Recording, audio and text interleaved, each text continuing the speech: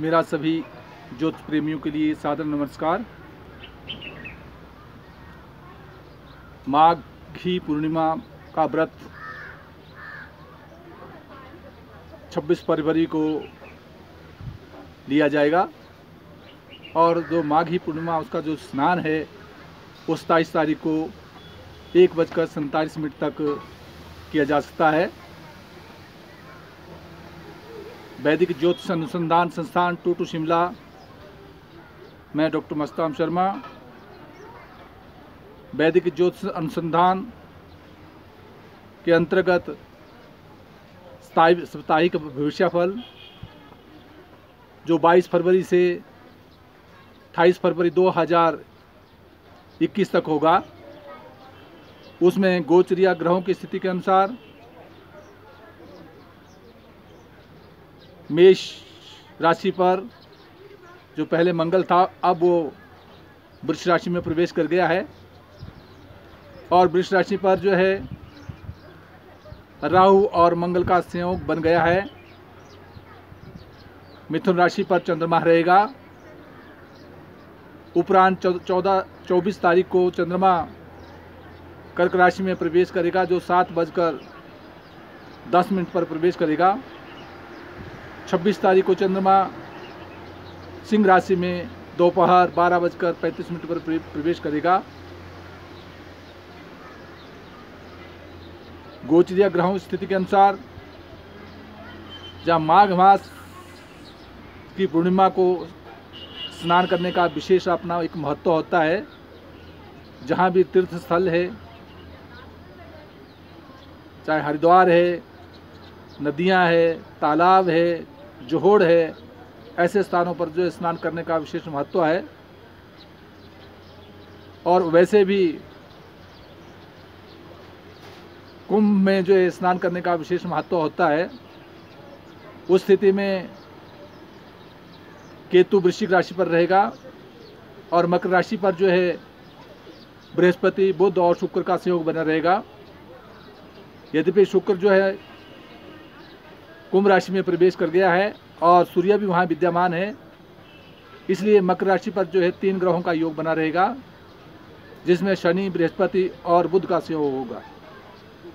इस प्रकार से मेष राशि का जो जातक है उसका स्वामी मंगल ग्रह द्वितीय भाव में होने के कारण जो है धन प्राप्ति का योग करवा रहा है, परंतु राहु के साथ होने के कारण कदापि कुछ समस्याओं का भी सामना करना पड़ सकता है। विशेष ध्यान देना होगा।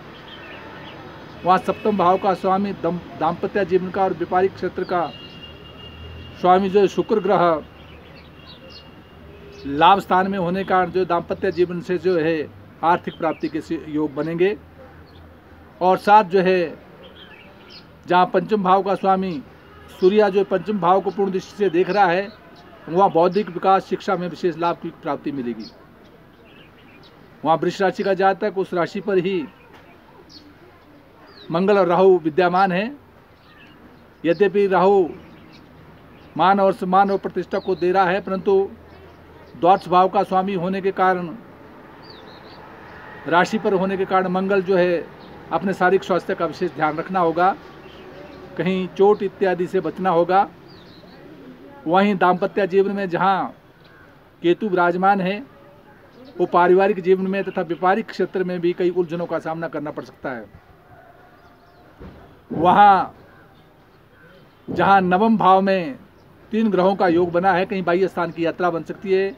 नवीन मित्रों के सहयोग से कोई नई योजना बनेगी, उसमें सफलता के योग बनेंगे।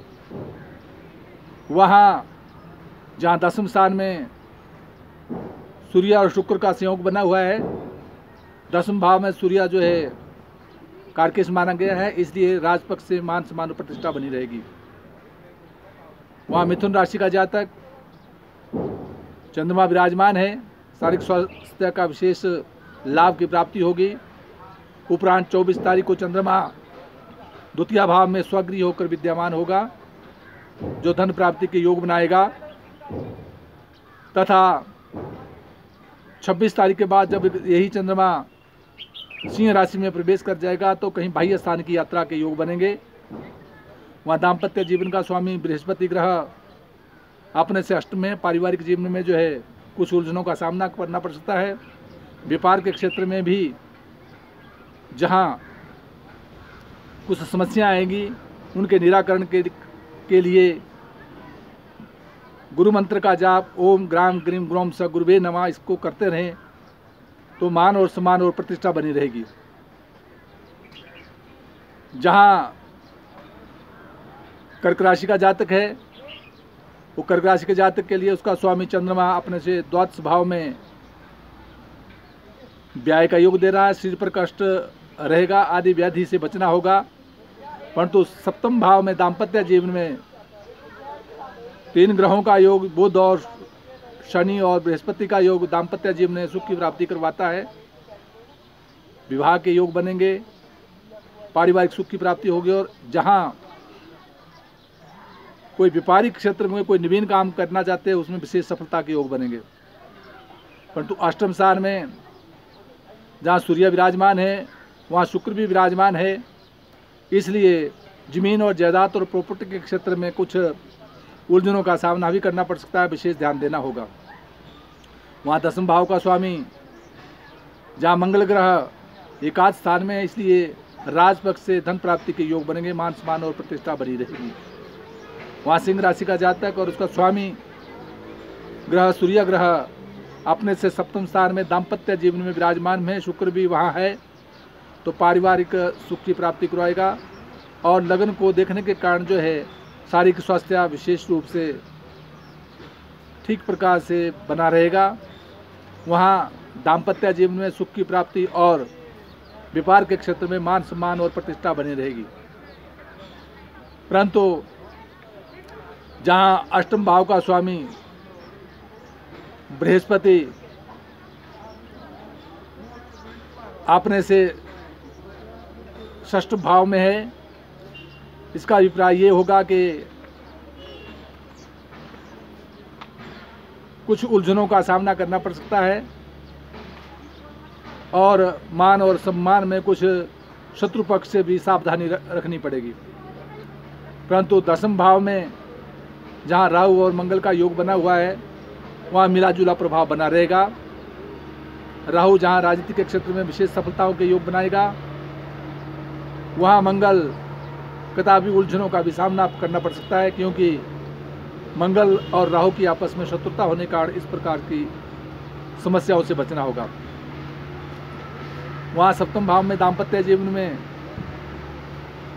शुक्र और सूर्य विराजमान है, राशि को सिंह राशि को देख रहे हैं, इसका मतलब शारीरिक स्वास्थ्य पूर्णतया ठीक रहेगा। वहाँ कन्या राशि का जातक और उसका स्वामी ग्रह बुध ग्रह जो अपने से पंचम भाव में विराजमान है, इसलिए बौद्धिक विकास देगा, मान सम्मान और प्रतिष्ठा बनी रहेगी। संतान के पक्ष से सुख की प्राप्ति होगी, कहीं साक्षात्कार द्वारा मान और सम्मान प्रतिष्ठा बनी रहेगी। वहाँ षष्ठ स्थान में सूर्य और शुक्र का होना शत्रु पक्ष पर अपना दबदबा बने रहेगा। और साथ जो है जहाँ पारिवारिक जीवन का जो स्वामी बृहस्पति ग्रह है वो अपने से पंचम भाव में विराजमान है, इसलिए बौद्धिक विकास भी करवाएगा, मान सम्मान और प्रतिष्ठा बनी रहेगी। जहाँ नवम भाव में 2 ग्रहों का योग बना हुआ है, राहु और मंगल का, यद्यपि भाग्य उदय करवाता है, परंतु फिर भी कहीं धर्म और कर्म से जो है रुचि में कुछ कमी लाएगा। उसको बनाए रखने के लिए जो है विशेष ध्यान देना होगा। वहाँ तुला राशि का जातक और उसका स्वामी ग्रह शुक्र ग्रह अपने से पंचम भाव में विराजमान है और पंचम भाव जो बौद्धिक विकास करा रहा है, द्वितीय भाव में केतु होने कारण से आंखों में विकार से सावधानी रखनी होगी। परंतु चतुर्थ स्थान में 3 ग्रहों का योग बना है और जमीन जायदाद और प्रॉपर्टी से विशेष लाभ की प्राप्ति होगी। वहाँ सप्तम भाव का स्वामी दाम्पत्य जीवन का मंगल ग्रह अष्टम भाव में है, इसलिए दाम्पत्य जीवन में और व्यापार के क्षेत्र में उलझनों का सामना भी करना पड़ सकता है। वैसे नवम भाव में चंद्रमा का होना और उपरांत कर्क राशि में प्रवेश करके जो जाना राज काज से, नौकरी से विशेष सफलताओं के योग देगा और धर्म और कर्म की तरफ जो विशेष रुचि बनी रहेगी। वहाँ वृश्चिक राशि का जातक, वहाँ स्वयं में केतु विराजमान है। शारीरिक स्वास्थ्य का विशेष ध्यान देना होगा। दाम्पत्य जीवन में राहु और मंगल विराजमान है, इसलिए दाम्पत्य जीवन का और व्यापारिक क्षेत्र का भी विशेष ध्यान देना होगा। अपने से अष्टम स्थान में जहाँ चंद्रमा विराजमान है, वहाँ चोट इत्यादि से विशेष रूप से बचना होगा। और उपरांत जब यही चंद्रमा कर्क राशि में प्रवेश कर जाएगा 24 तारीख को, तो कहीं भाग्य उदय भी करवाएगा। वहाँ धनु राशि का जातक और उसका स्वामी ग्रह बृहस्पति अपने से द्वितीय भाव में है। 3 ग्रहों का योग बना हुआ है। धन प्राप्ति के योग बनेंगे, मान और समान प्रतिष्ठा बनी रहेगी। कहीं बाह्य स्थान की दूर की यात्रा बन सकते हैं, यात्रा में सफलता मिलेगी। वहाँ दाम्पत्य जीवन में चंद्रमा का होना मान और सम्मान और प्रतिष्ठा को बढ़ाएगा, विशेष ध्यान देना होगा। जहाँ अपने से दाम्पत्य जीवन में चंद्रमा विराजमान है, उसका स्वामी जो बुध है वो द्वितीय भाव में है, इसलिए पत्नी की ओर से धन प्राप्ति के योग बनेंगे। वहाँ मकर राशि का जातक और उसका स्वामी ग्रह 3 ग्रह का योग बना है। उन 3 ग्रहों की स्थिति के आधार पर शारीरिक स्वास्थ्य का विशेष लाभ मिलेगा। दाम्पत्य में जीवन में सुख की प्राप्ति होगी। पूर्ण दृष्टि से ये तीनों ग्रह सप्तम भाव को देख रहे हैं, मान सम्मान और प्रतिष्ठा बनी रहेगी। वहाँ राजपक्ष से भी मान और सम्मान और प्रतिष्ठा की प्राप्ति होगी। कहीं बाह्य स्थान के मित्रों के साथ जो है यात्राओं के योग बनेंगे। वहाँ कुंभ राशि का जातक और उसका स्वामी शनि ग्रह जहाँ अपने से द्वादश भाव में है, शारीरिक स्वास्थ्य का विशेष ध्यान देना होगा। वहाँ द्वितीय भाव का स्वामी जो गुरु ग्रह है वो भी अपने से द्वादश भाव में 3 ग्रहों का योग बना रहा है, इसलिए कहीं शुभ कार्यों में व्यय के योग की संभावना बनती है। सप्तम भाव का स्वामी, दाम्पत्य जीवन का स्वामी सूर्य ग्रह राशि पर विराजमान है, जो पूर्ण दृष्टि से सप्तम भाव को देख रहा है, इसलिए पत्नी की ओर से और व्यापारिक क्षेत्र से की योग से विशेष सफलता के योग मिलेंगे। और वहाँ जहाँ पंचम भाव में चंद्रमा विराजमान है, वो मान और सम्मान और प्रतिष्ठा देगा। शिक्षा के क्षेत्र में विशेष सफलता के योग बनेंगे। उपरांत यही चंद्रमा जब कर्क राशि में 6ठे स्थान में चला जाएगा, तो 6ठ भाव में चंद्रमा जो है स्वगृह होने कर शत्रु पक्ष पर अपना दबदबा बनाए रखेगा। शत्रुओं पर विजय मिलेगी, मुकदमे में सफलता के योग बनेंगे। वहाँ दाम्पत्य जीवन में सप्तम भाव का स्वामी जो शुक्र ग्रह है, सूर्य ग्रह है, शुक्र ग्रह भी दाम्पत्य जीवन को देख रहा है और साथ साथ सूर्य भी देख रहा है, इसलिए विशेष दाम्पत्य जीवन में सुख की प्राप्ति होगी। वहाँ मीन राशि का जातक और उसका स्वामी ग्रह बृहस्पति ग्रह जहाँ एकादश स्थान में विराजमान है, इसलिए धन प्राप्ति के योग बनेंगे। बाह्य स्थानों की यात्रा के योग बन रहे हैं। वहाँ दाम्पत्य जीवन का स्वामी बुध ग्रह जो एकादश भाव में विराजमान है, इसलिए पत्नी की ओर से जो है अर्थ प्राप्ति के योग बन रहे हैं और साथ व्यापारिक क्षेत्र में भी लाभ की प्राप्ति हो रही है। वहाँ तृतीय स्थान में राहु और मंगल का होना जहाँ यात्राओं के योग बनाता है, वहाँ कहीं यात्राओं में कुछ समस्याओं का भी सामना करना पड़ सकता है, विशेष ध्यान देना होगा। इसलिए माघी पूर्णिमा की सभी हिमाचल प्रदेश वासियों के लिए तथा पूरे प्रदेश वासियों के लिए शुभकामनाएं। सभी के जीवन में हर्षोल्लास हो, जीवन में सुख की प्राप्ति हो। इसलिए माघी पूर्णिमा का जो व्रत होगा वो 26 तारीख फरवरी को होगा और जो उसका जो स्नान है वो 27 तारीख को 1:47 से पूर्व जो कर सकते हैं।